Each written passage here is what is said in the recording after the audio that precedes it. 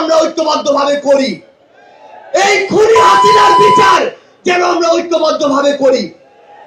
একটা জিনিস মনে রাখতে হবে, নিজেদের সামান্য স্বার্থের জন্য যেন কোনো অপরাধী ছাড় না পেয়ে যায়।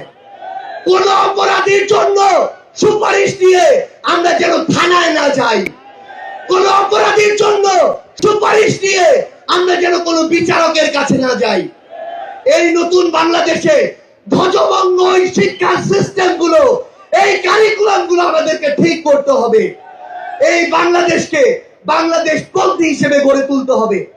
আমরা আপনাদের কাছে অনুরোধ করি, আগামী যে বাংলাদেশ আমরা স্বপ্ন দেখি, সকল রাজনৈতিক দল যদি ছোট ছোট স্বার্থগুলোকে এক পাশে রেখে ঐক্যবদ্ধভাবে কাজ করি, তাহলে সেগুলো আমরা বাস্তবায়ন করতে পারবো।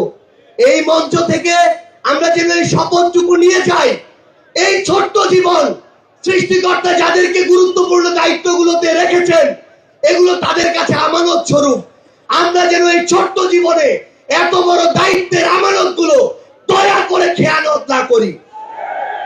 আমরা আপনাদের কাছে অনুরোধ করি, আমাদের রাজনৈতিক দলগুলোর মধ্যে কেন্দ্র থেকে ওই একদম গ্রাম পর্যন্ত, রুট পর্যন্ত যেন নিজেদের ভিতরে সুস্থ একটি প্রতিযোগিতা হয়। দয়া করে যেন আমরা কাউকে প্রতিপক্ষ না মনে করি। আমরা যদি যারা বড় রাজনৈতিক দল রয়েছি ছোটদেরকে ধীরে ধীরে সামনে এগিয়ে যেতে না দেই, তাহলে আমাদের মধ্যে ধীরে ধীরে এমন একটি মানসিকতা আসবে, যে মানসিকতা হয়তো আমাদেরকে ধীরে ধীরে একটি স্বৈরাচারী আচরণের দিকে নিয়ে যেতে পারে। আমরা যেন সবসময়, আমি সহ আমরা সবাই খুনি হাসিনাকে দেখে যেন শিক্ষা নেই।